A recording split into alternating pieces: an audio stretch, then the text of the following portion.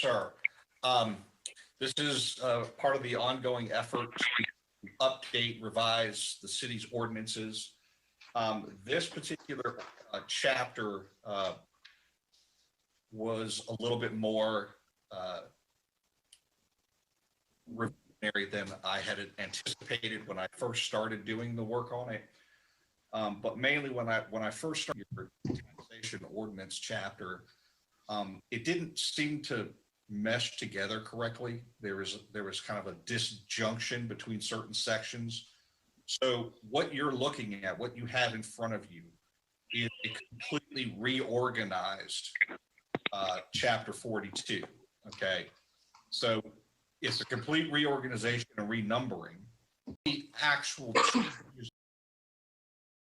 language are those changes that are denoted with a red line or a black line through in new text added. Okay. Okay. I'll be clear about that. But you essentially what you have in front of you is a completely revamped tax ordinance. But again, like I said, the only real changes are those that are denoted in red. So I'll just quickly run through some of those. Section 42.2, you'll see that there's this requirement that the city attorney must sign off on erroneous assessments that are handed back. And that's something that you all had talked about previously with the commission and had agreed to. Then if you skip down pages, let me see, to section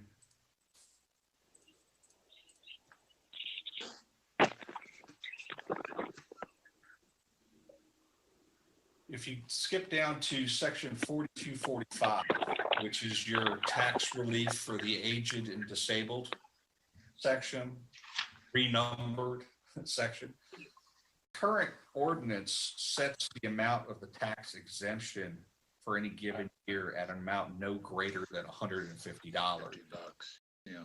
I pointed out this as, do you want to consider maybe increasing that tax exemption dollar value based on, changes in economy, those kinds of things, situation with COVID. I mean, I just pulled these certain things out and highlighted them for you so that you can see things that you might want to consider adjusting or revising. Now, obviously that may require some time in terms of you having a conversation with your finance director, with Commissioner of Revenue, the treasurer, trying to evaluate what types of changes and what kind of revenue numbers would be changed over time if you adjusted these.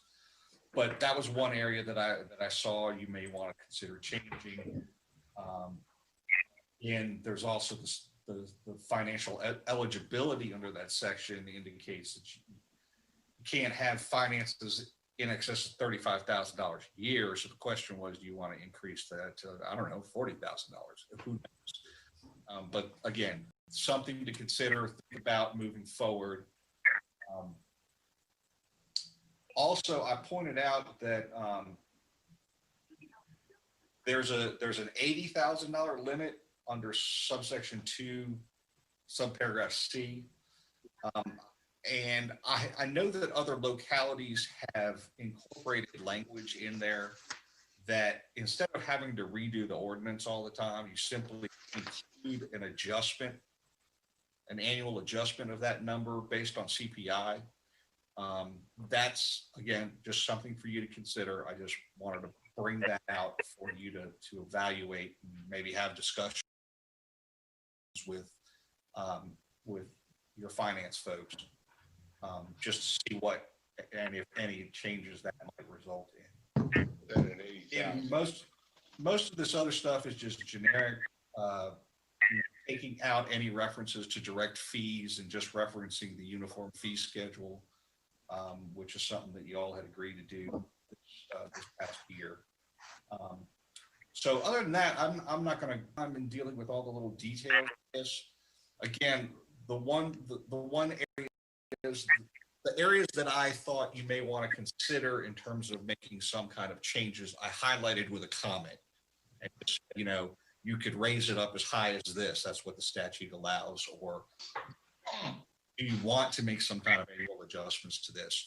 So just something for you to consider. Again, this is not necessarily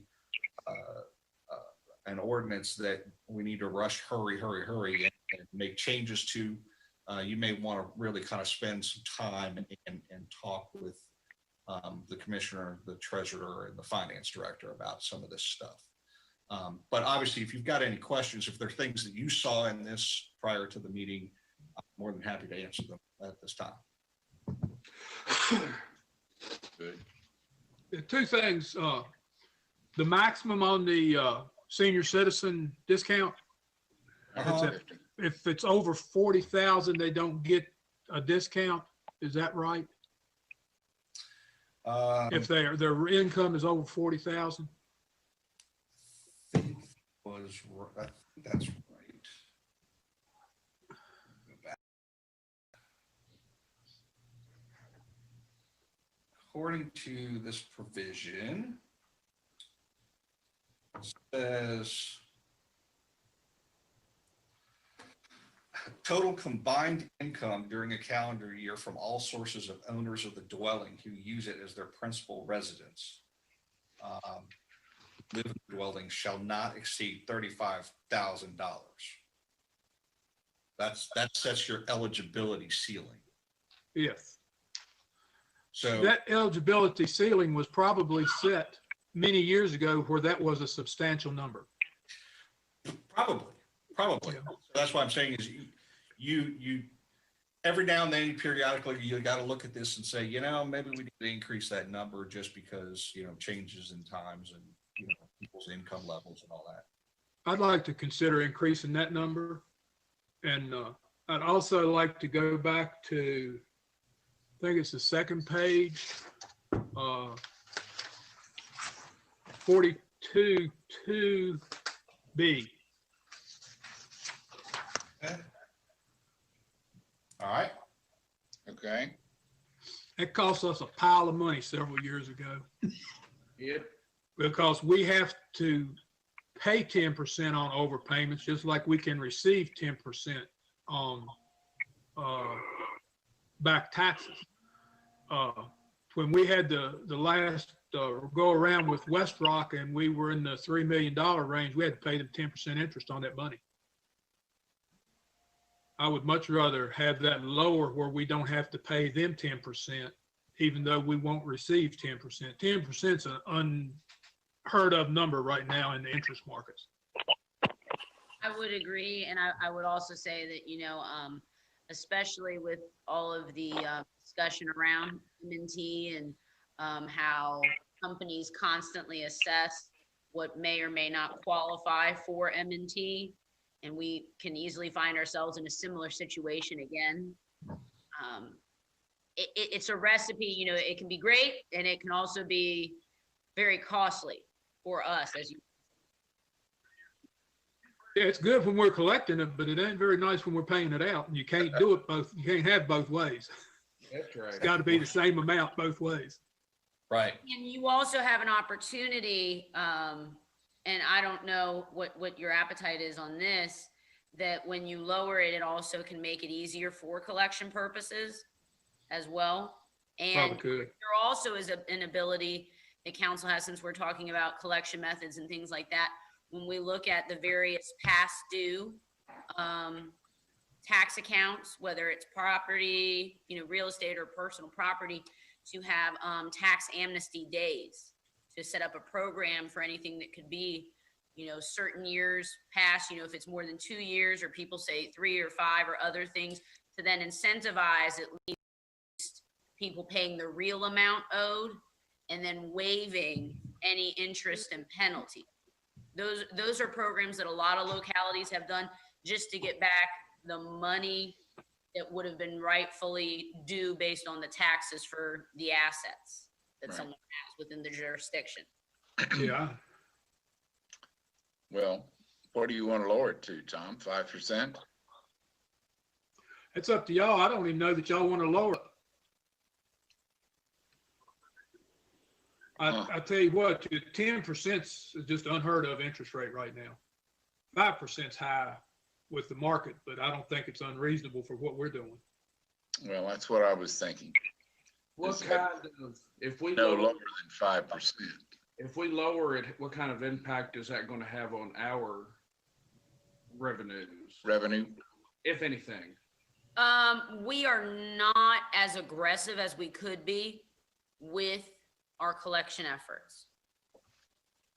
So I think that, we have an opportunity to also, and we've had some informal discussions on this of how can we try to revamp or have some discussions with other constitutional officers on some collection strategies. So I think if you lower it, I don't know that there would be an overly detrimental impact because we're not as aggressive as we could be. We're not your credit card when you don't pay the bill for 3 months and how, you literally can't look at your phone or your home phone and, you dread your mailbox and all that. Not to say that we want to be the nasties of the world, but we're not as aggressive with putting everything into collections and other things as we could always be. And again, I think that's also another reason I brought up the amnesty program, because oftentimes that does incentivize folks, especially sometimes your absentee property owners or folks that are on fixed incomes to then get caught back up. I doubt their incomes, but that's beside the point. Yes, but I've seen where that actually has generated revenue, not substantial windfalls, but it helps fill in gaps. So I think if you did 5%, you split the difference, that would be palatable for financial projection purposes. I think anything Right. below 5 would be detrimental potentially. I agree. Well, I guess then Uh, that's something that you'll need to verify numbers wise with maybe BB and the treasurer, just to kind of evaluate what kind of numbers you're talking about. Okay. So we won't take any action on that tonight, will we? No, No. I mean, again, like I said, this is kind of a really detailed kind of chapter of your ordinances that, you probably want to spend some quality time with. Yeah. So, but if you have no other questions about that, I'll just go ahead and move on to the next one. Hey, Mark, can I ask a question then? Sure. So then prior to this potentially moving forward, we would be looking to get clarification just on the fiscal impact that a reduction of 5% in the interest rate for penalties or refunds would be. I would recommend that you do that you allow your folks to kind of run some numbers so that you can see what kind of effects you would experience relative to any upward or downward movement in some of those numbers that I've called out to you, maybe considering adjusting. That'll just give you a little kind of a better idea of whether you feel something should be changed or not changed, and by how much. And then that way we'll know for sure, and then we can proceed from there in terms of potentially adopting any revisions. So I don't think it's something that you might be able to get done by next week. Let's put it that way. I mean, if this Okay. is over until I'm just wondering if there was a way to do an effort to try to keep this like conditionally moving forward pending the fiscal impact analysis, if that makes sense. you certainly can do that, and council, if council doesn't get the analysis in time by next week, then they just table it till the next meeting. It's totally fine. Because I just don't want it, to fall off the radar kind of thing. Sure. I mean, we can go ahead and recommend that you all put it on the regular agenda for next week. But if those numbers aren't forthcoming by that time, then you can simply just kick Continue. it over to the next regular meeting. Does that sound okay with y'all then?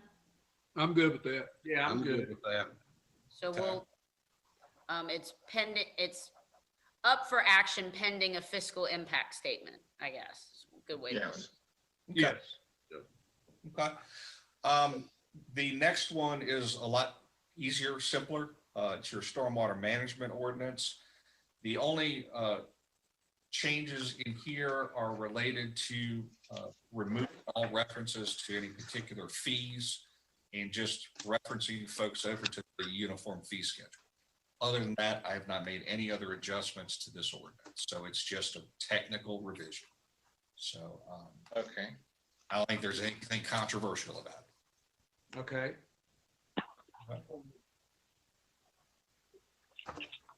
I'm good with that.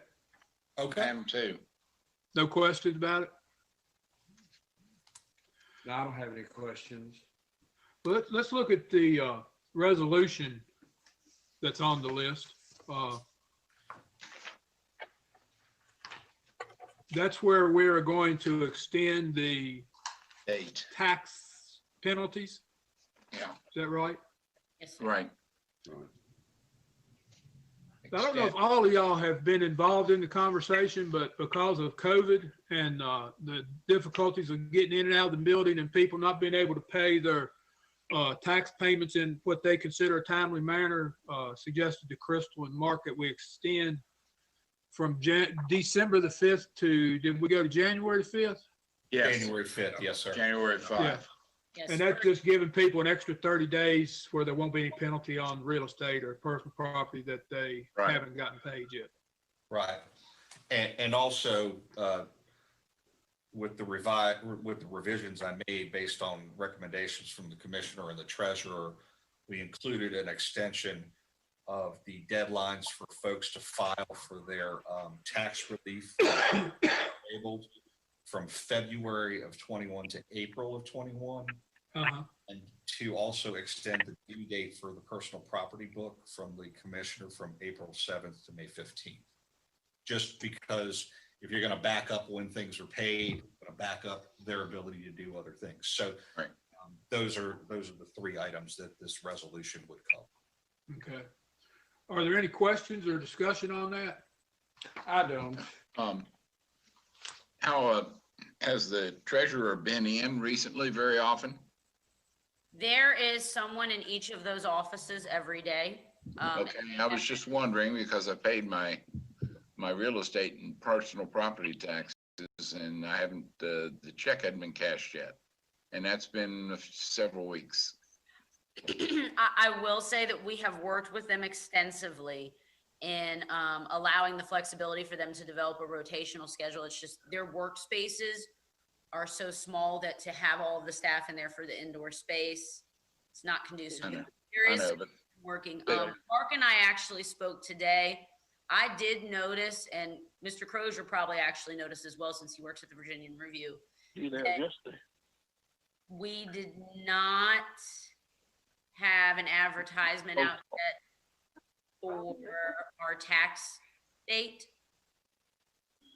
All of the other localities have put one out for our tax notice.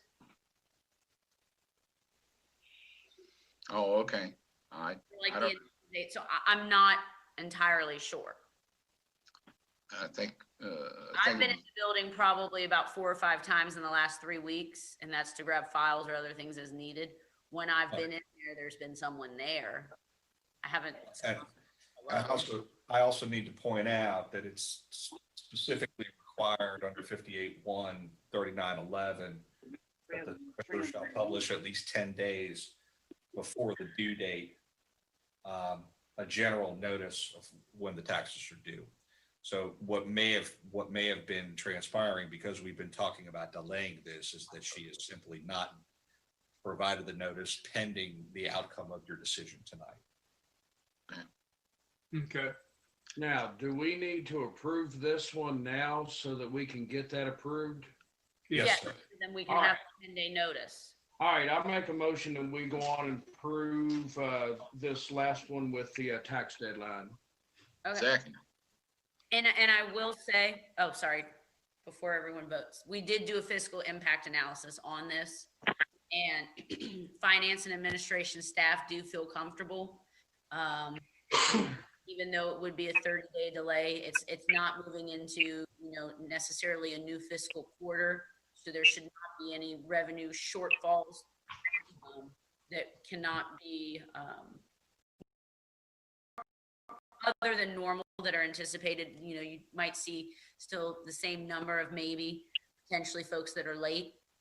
It's primarily just to allow a little bit of buffer for processing and folks that are dropping off payments. Sorry to interrupt. That's all right. Any other questions or comments before we vote? Ms. Scott, would you do a roll call on this, please? Mr. Carson, Yes. Mr. Hunter, Four. Mr. Tucker, 4. 4. Mayor Seibold. Yes. All right, is there any other things we need to accomplish in this called meeting before we close it at 6:30 so we can start our next meeting? Nope, 6:30 now. Give me I 5 know it minutes. is. Give you 5 minutes. Give me 5 minutes. All right. I entertain a motion to adjourn the called meeting. So moved. Need a second? Second. All in favor? Aye. We'll come back at 6:35.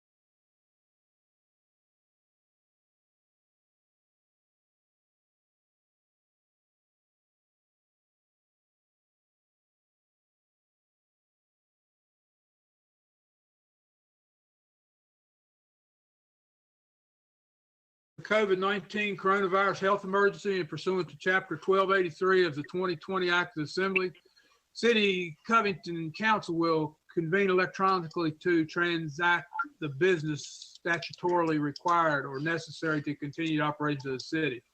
The public has been encouraged to participate in the public meetings by sending any comments that they may have to Rebecca Scott, Clerk of City Council, by emailing her, and her email address was there, and the meeting is open to the public for viewing on the Zoom platform. So we need to approve the agenda. Motion to approve. Second. All in favor? Aye. Becky, did we have any citizens' comments other than the public hearing part? No, sir, I just checked my email and we haven't gotten any. Okay. So we'll forego citizens' comment. The consent agenda, Consent agenda. and now we need to open a public hearing. And it's to consider enactment of proposed ordinance 2015 regarding Chapter 8 building, adopting Article 5 spot blight abatement to the city of code of City of Covington as stated in the public notice. This will give us a little better arm to work on blighted property. Sounds And there was good. no public comment received on that, Becky? No, sir. Okay. So, council, do any of you have any comments or? I've got a question if I could. I had one of my residents come by and see me today. They had a question in regard to this about I think it was Mr. Tyree's 25, his top 25 that we try to whittle away at with, dealing with them. Where are we at with that? Probably changed with the COVID, but are we still looking at, continuing with that list of 25? And we haven't had an update on that for a while. If we are, can we get an update on Absolutely. which one's on the 25 and that type of thing? I will say that I'm very glad that you brought that up. Mr. Popovich and I have had a couple discussions on this, and then the mayor and I have had obviously talk on the daily, and he's involved in a lot of stuff. Wanting to try to discuss with you all in a little more details because of the limited funds and some of the many concerted efforts we're now undertaking regionally and locally with economic development. Revisiting potentially that strategy, while I know that there is a list of 25 and not negating that list of 25, really trying to look at situations, and the one that really comes to my mind, because there were a lot of missed opportunities on our end, is Mrs. Kraft, the property on North Allegheny, and the impacts that has posed to a widow, and just her basic efforts to try to be near a support system and more family in her time of loss.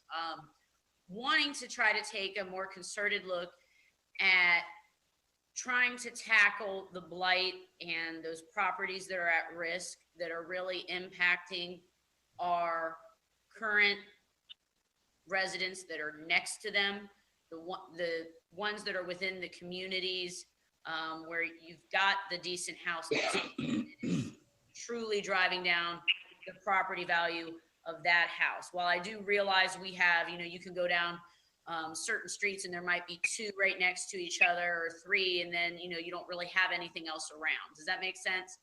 But looking at where you've got a neighborhood and then all of a sudden there's the one house, or rows of really nice or at least well-maintained curb appeal homes, and then there's the detractor. Does that make sense? I'm probably not going to go into that, but I wanted to try to come to you all with a proposal of maybe how we could try to preempt the approach. I do realize we have very limited funds, but also maybe try to make this a little more of a budget priority this coming year, because it will be pivotal pivotal. There we go. There As you go. You got it. to the next 3 to 5 years with the business plan that we're working on with EDC and the Main Street revitalization efforts and other things, that we're also looking at the property value and the preservation of the neighborhoods and the community fiber of those, and just trying to get the highest return for what we're doing with that. Some of these properties, and we'll use the one beside Miss Kraft as an example. I know that the church and behind it was actually looking at buying it.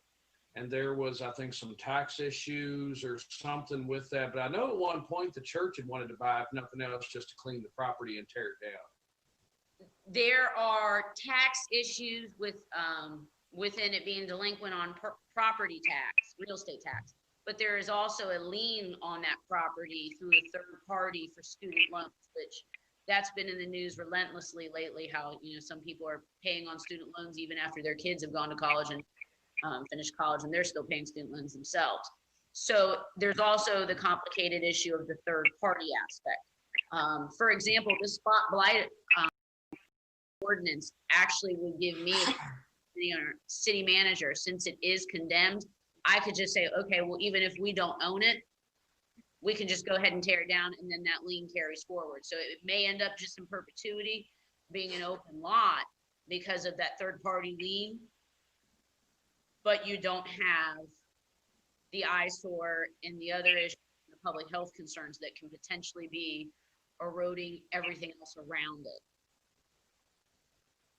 That's good. But unless the person that has the lien against it, for lack of a better word, forgives the lien, that property's still tied up. It would still stay tied up, but we're also trying to look at what's right for our taxpayers and what's right for our community aesthetic and the curb appeal that's needed to create the vitality and sustainability we need as a city. So it's a catch-22, Yeah. Well, if nothing else, it's disheartening and to use the gentleman that came to see me today, on the two streets that he talked about in my district, well, one of them's in Tommy's, one on Trout and one on Marshall.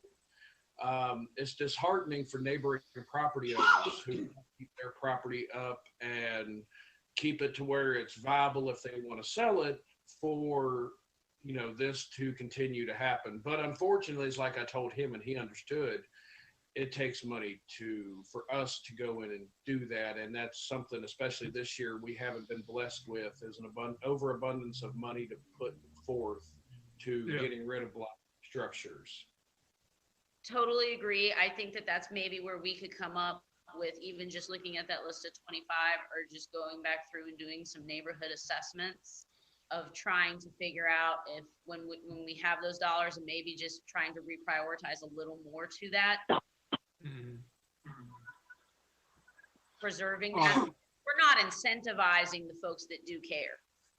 And what we should focus on, rather, it's important to penalize the folks that don't want to play by the rules and don't want to have community pride, but we're not incentivizing, or at least being a fair, we're not putting skin in the game and being a player at the table with this. And that is a hard pill to swallow when, we do have a lot of folks that take pride, and then there's, for just as many that do, there's many properties that are lackluster. So what I would like to do, I'd like for this ordinance, this is my preference, from a managerial perspective, for this to move forward, and then to be able to come back to you all sometime after the first of the year with a proposal on a revamped strategy for how we can maybe start to get one bite at a time, and maybe be a little more aggressive between having an action plan for spot blight and being more proactive with, the ones that we have that are close to the edge, and then also how we can start addressing the ones that need to go. I think that there's also opportunities that we can work with, looking at doing an actual citywide analysis of all of our communities, and really trying to target community areas or certain neighborhoods for revitalization grants and construction improvement grants with state dollars as well. There's no shoo-in with it, but there are areas where that would be perfect, highest and best use to try to go in and then start doing some of that work. But I'd like the Right. opportunity to present to you all a strategy, working with Mr. Tyree and working with the folks that we've been working with at the state level that have been great with us with so far with all the planning efforts on that. So Mark, right now, we're having the public hearing, which we didn't have any public comment, for this particular ordinance. Now we have to have 2 readings. No, Before we you vote- have you have dispensed with your 2 readings. So all you have to do is vote on it at your next meeting. Okay, So put this on the agenda. put that on the agenda for Yeah. the next meeting. Yes, sir. Agenda. All right. So then that we'll close the public hearing Right. and then brings us to city manager's report. Hey there, if I didn't talk enough. So I have a couple of things I want to touch on, and I'll just do this as a mini update, bring my more traditional update next week. Couple of things to apprise you all of the emergency road work. As you all know, there was no work that actually took place last week, Thanksgiving week, very short week. We have extensive drainage work that is continuing on Mallow. The reason that we've had to add in some extensive drainage improvements is during the heavy rains that we had about 2.5 weeks ago, I think it was, at this point in time, some of the initial stabilization work that they did started to almost wash away. There were actually voids that were created in Mallow, and you could see down through where there are nails that were anchoring the earth in place. The road would have fully washed away. So we've created drainage improvements. We've worked with the area property owners on permission, in good faith with,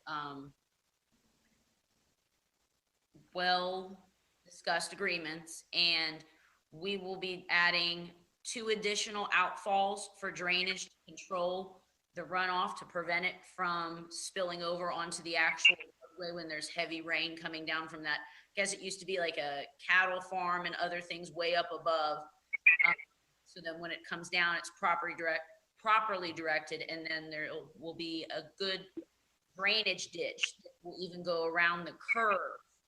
And we will have 2 additional drainage pipes that will go underneath the road to direct everything down, fully down the slope, with large ballast rocks and riprap and all of that material. So there will be good, solid drainage improvements done to then help solidify the integrity of that work, so that hopefully we're not coming back anytime in the next, generation to do any major work other than your traditional paving in that area. On Edgemont, I was out there yesterday. I was out on Mallow as well, but on Edgemont, they started their initial excavation. And that work is slated to take about a week to maybe a week and 2 days. So they've done they were halfway done with their initial excavation. When I was out there yesterday afternoon, we did put out a revised notice on the alternative routes. As we had previously mentioned, and it was discussed publicly, that unfortunately during this time, because of where that closure is on Edgemont and Edgemont Drive, and you can't really take commercial vehicles in the neighborhood thoroughfares, that all vehicles that would need to be accessing anything at the lower end of Edgemont Drive would need to be using Rayon Bridge. So we've put that out. That's since been corrected, and work is progressing nicely. They've actually got 2 crews out there working.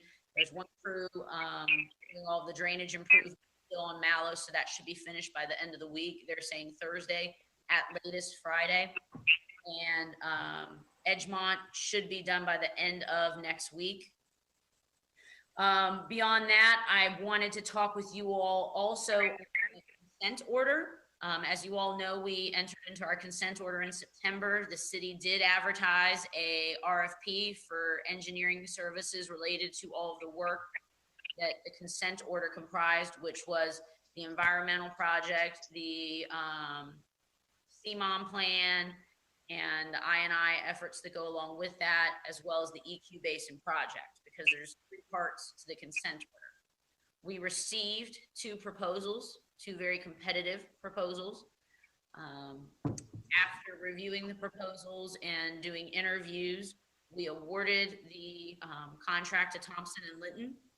They are a firm that specializes mostly in utility and stormwater work, and they are a Virginia-based firm. They do most of their work in Southwest Virginia and near West Virginia, so they have a very small service area. They've been around for about 44 years. They actually just finished the city of Waynesboro's 10-year consent order for just apples and oranges. So they have a lot of experience working through consent orders within municipalities that are LMI and are in Southwest Virginia.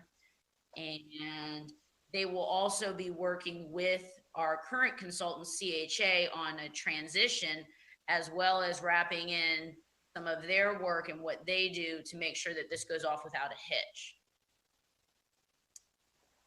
And I will also say they were the lowest bidder. Then I would like to give you guys an update on Maple Avenue. The project is still progressing very nicely. I know we've had some calls or concerns from citizens and businesses in the area with regards to questions on the sidewalk or changes that may have occurred on the project. VDOT has been out there several times, as you all know, when Ms. Hammond was here several months ago, discussing just, VDOT's overall change in project administration and the level of oversight that's being provided now. This project is no exception, especially with the new measures they have in place with anything that uses federal funds. We have had to address some things that they've noted with our ADA ramps that were done as part of the project, and then some that were existing. One example is the ADA ramp that was previously outside, I believe that's the Methodist Church, correct? Yes, Granbury. When they came out and, they're actually actively doing project monitoring where they're coming out to the sites more than they've ever really done here and throughout the states. The issue with keeping that ADA ramp was that there was not actual space to then have an ADA space within that street, because it's not a one-way street, it's two-way. And the way the ADA laws work, that if you're doing major renovations or major rehabilitation to infrastructure, once you touch that, then you have to either make it ADA compliant or then you leave it alone. So it would have been the choice of us leaving an old segment of sidewalk that also needed maintenance needs to keep the existing convenient ramp that folks do use for drop off, or we could have just graded it back out. So in the effort for the planning purposes and at VDOT's advisement, because this was a streetscape project to make everything look pretty, we regraded it. And that was done because of the way the ADA laws work. Last thing I want to discuss with you all and just give you an update on is wanting to get some guidance from you all, and it doesn't have to be now, but just start to keep it in the back of your mind, really having us start to maybe have a VDOT strategy of what project we want to push or push. I know we have several that we've been putting in for whether it's smart scale, state of good repair. We've actually never applied for revenue sharing, but we have several. Fifth example is Rayon Bridge. And, that kind of always seems to still fall to the bottom of the list with the state. Should be number one. It should be, and it should be number one for us. And it should maybe perhaps be the only thing that we're pushing right now because of the dollar value. And the reason I will say that is the district office gets about $1.5 million a year for major bridge maintenance.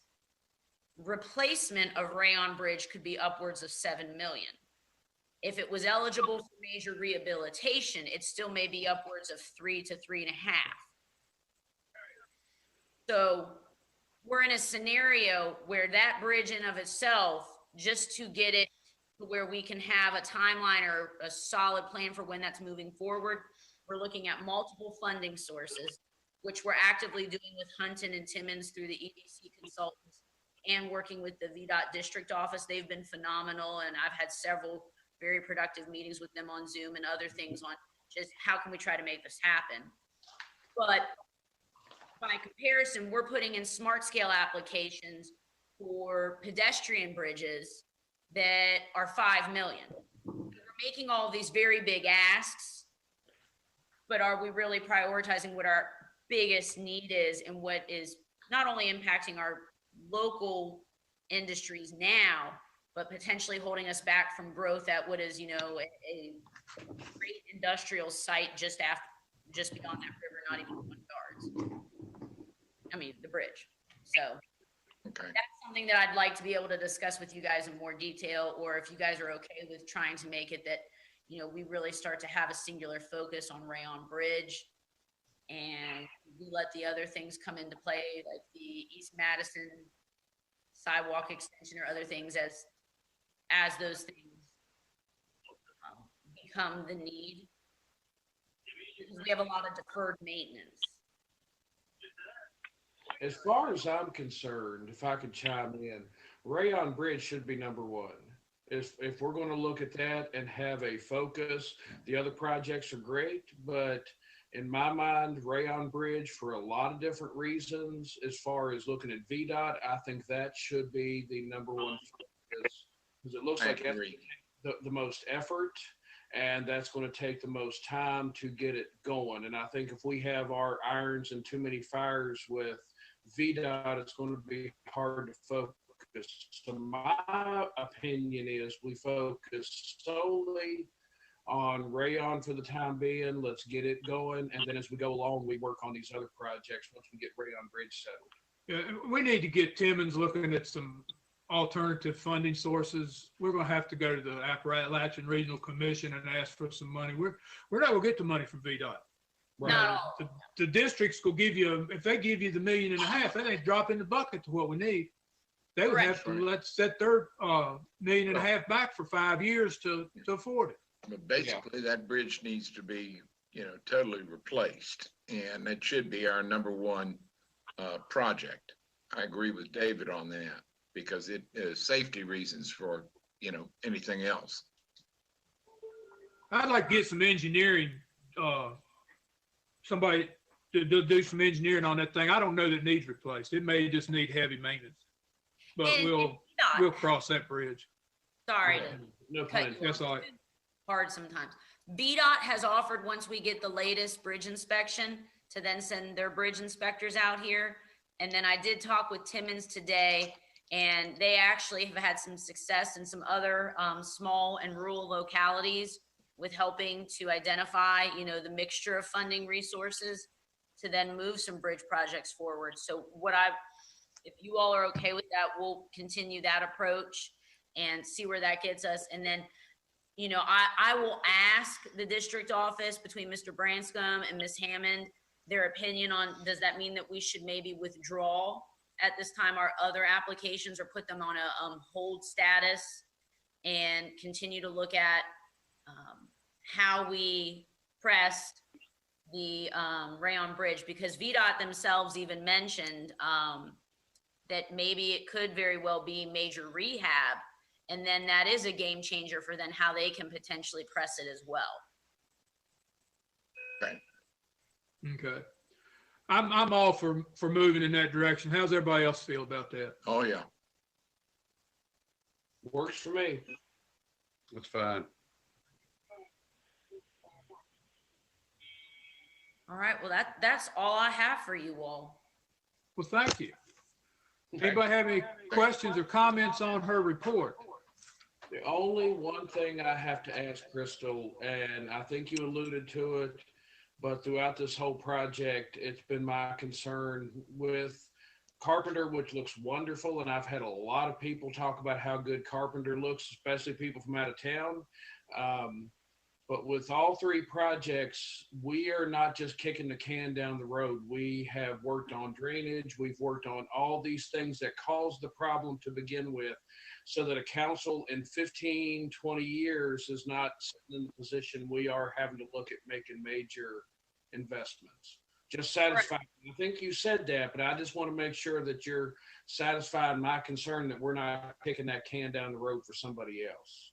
Correct, and that is exactly why Mallow is taking longer than we planned, because then after the heavy rains, it really highlighted the extent of the drainage issue that caused the failures on Mallow, because there actually ended up being, it went from one site to two sites on Mallow. We are doing our best to make sure that we're at least not out there doing any kind of major work for the minimum of another generation, other than your generalized maintenance of things. And the work itself that we are doing for, stabilizing the slopes and the roads with the company, it does have a 7-year warranty, and it is provided that we address the drainage. So that's why it's been such a pivotal part. Okay, I just needed to hear it one more time. No problem. All right. I want to go back to the,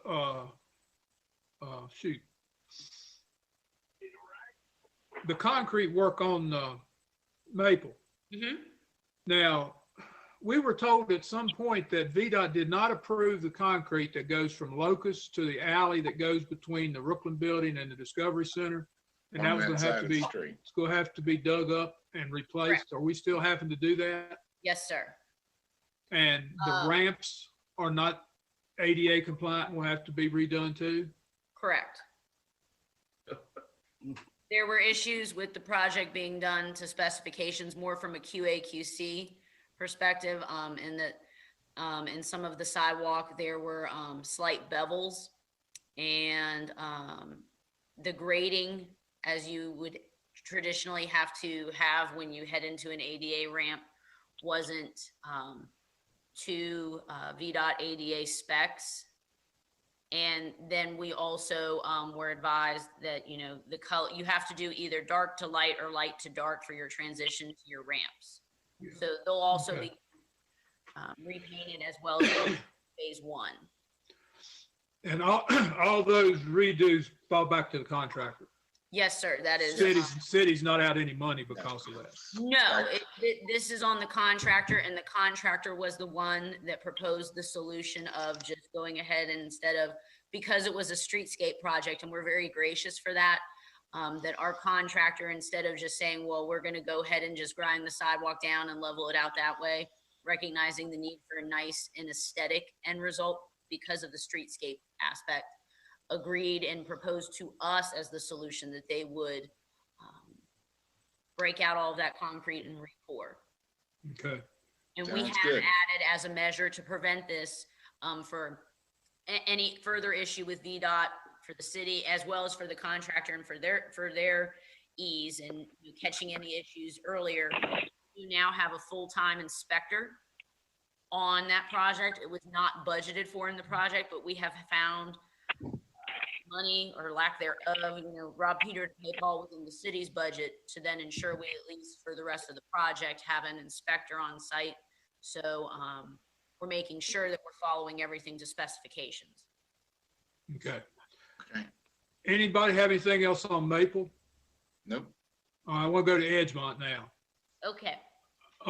Very disappointed that what we had discussed and what we had been told did not happen the first day they blocked that road. We were assured that no tractor trailer traffic would be put on Grass Mumford Street. And 9 o'clock the first morning, I saw a Facebook post by a woman who lives on the corner that a tractor trailer drove through her yard, and I went up there and looked, and they were a good 5 or more feet in her yard with the rear wheels. When we, as council, when we have receive information like that, it's my expectation that it happens. And it didn't.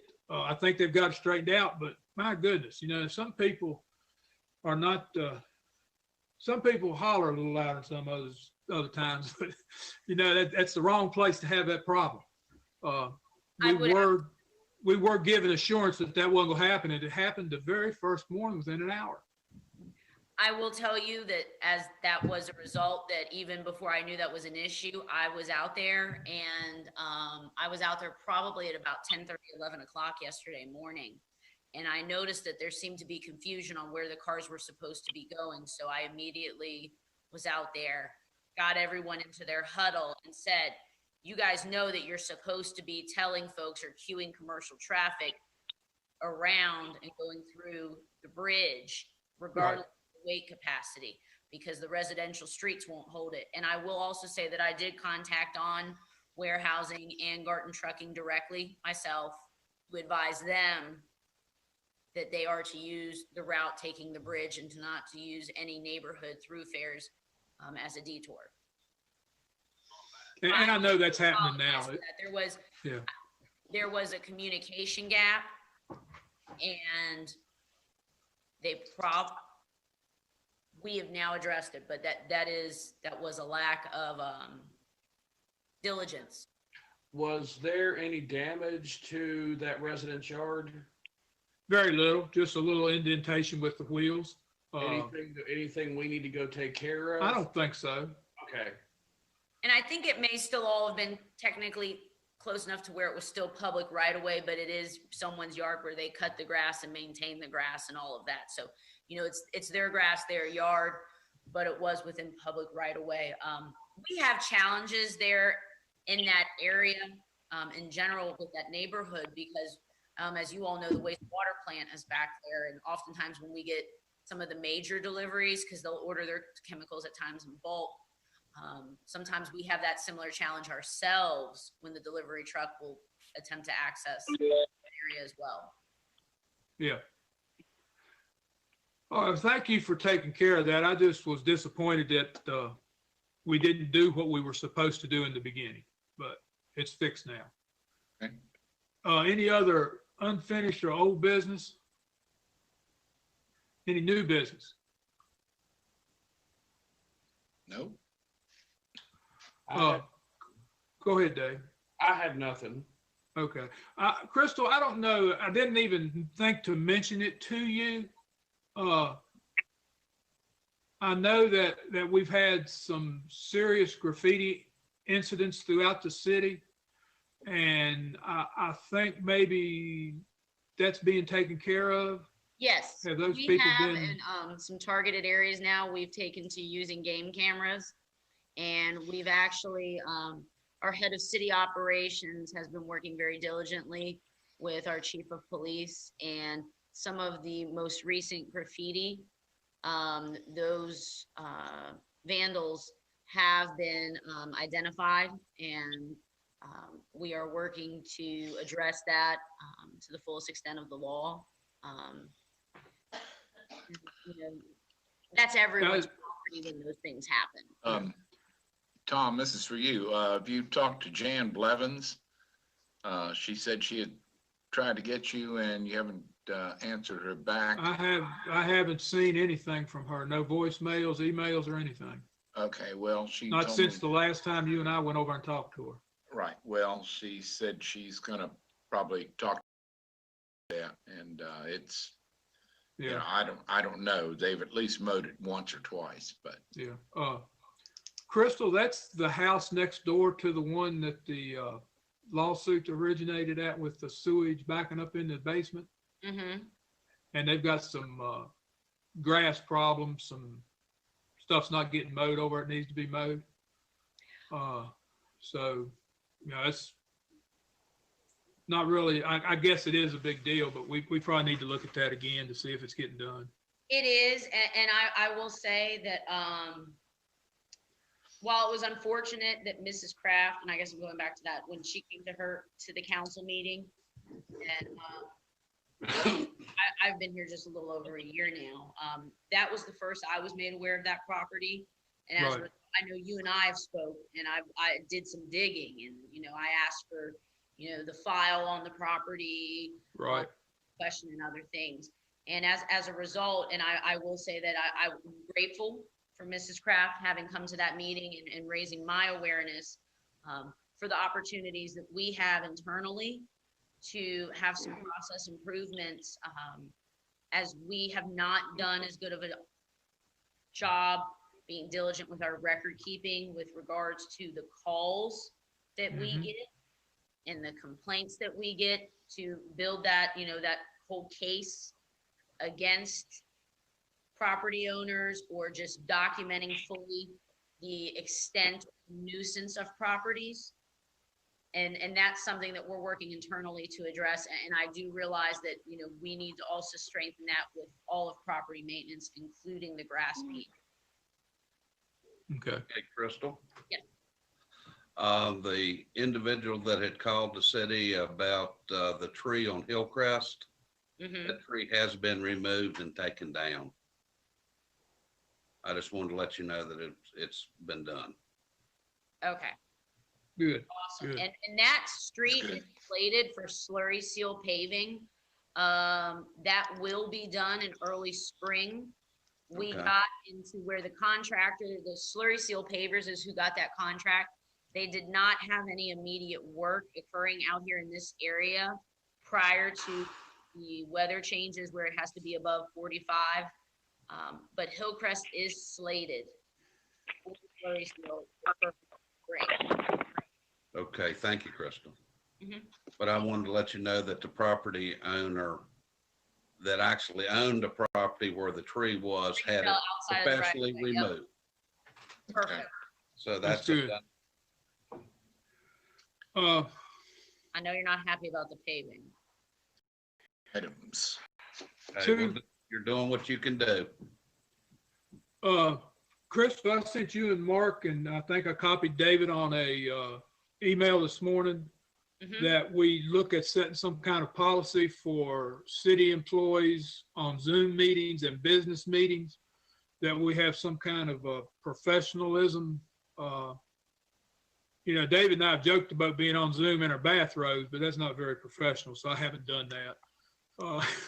But we do. I think we really need to have some kind of a policy set that if you're representing the city on any kind of a meeting, you need to be professional. You need to be dressed professional, not have your hair in curlers or Fit for duty.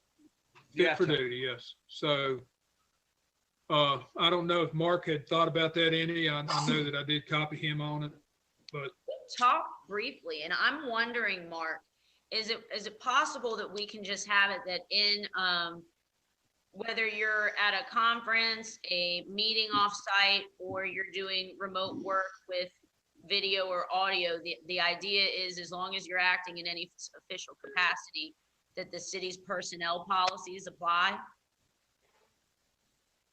Well, the city's personnel policies would apply if you are doing city business. I mean, obviously you have to follow those rules. I guess the question really is dictating what type of attire, because therein lies potential First Amendment questions and all kinds of stuff. But I mean, I think if you leave it as a generic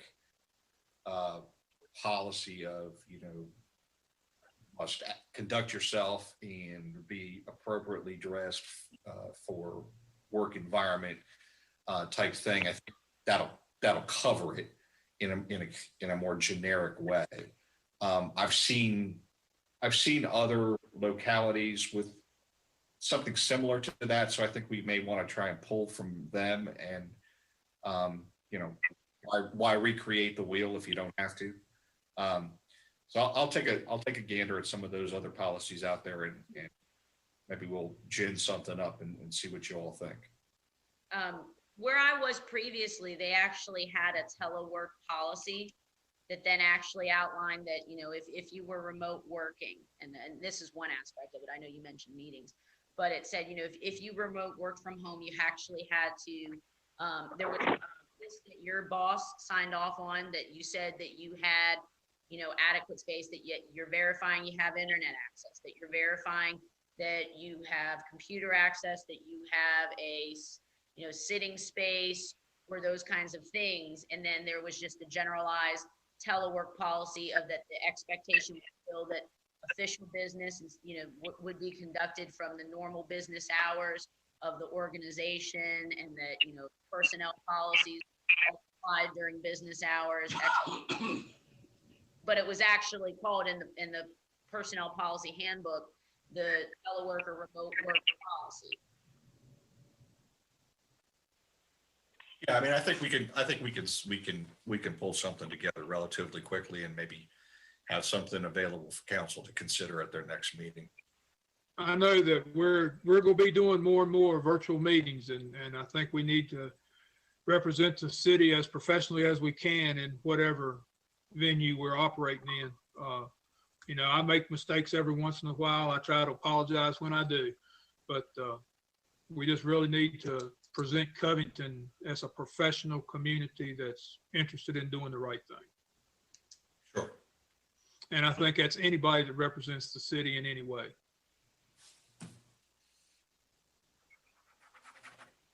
I think I'm finished. Anybody got anything else?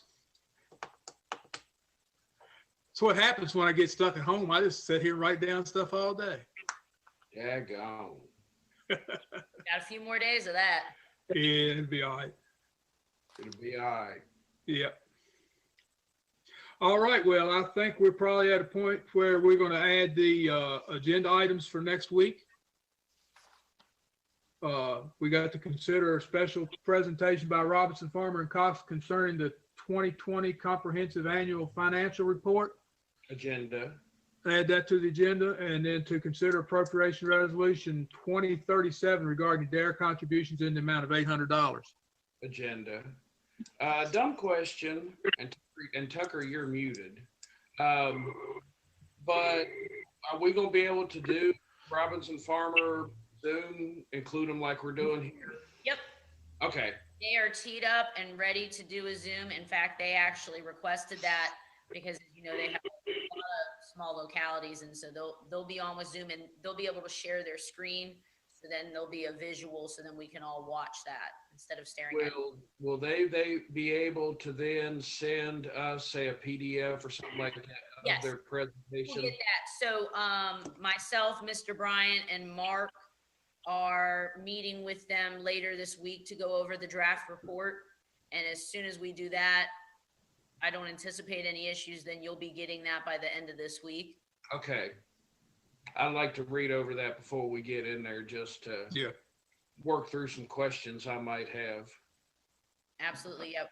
We only got the draft report on Friday, so staff's taking their time. I know central accounting staff and Mr. Bryant have been reviewing it as well. Cool. So council, do any of you have any other business? I think I'm good. We're good. I would, Crystal, like to recognize Parks and Rec and Public Works with the Christmas decorations and the efforts that they've made in keeping the city beautiful. I know that Thomas and Lisa have been instrumental, but I'm not going to call out a bunch of people because I'll miss somebody. But there's a whole bunch of people that have been working on beautifying the city for the Christmas holidays, and they need to be recognized. Yes, they do. Yes, it's beautiful. Trying to keep some kind of normalcy. And Isabel and Alan did a good job the other night with the tree lighting. I thought Yes, that- they did.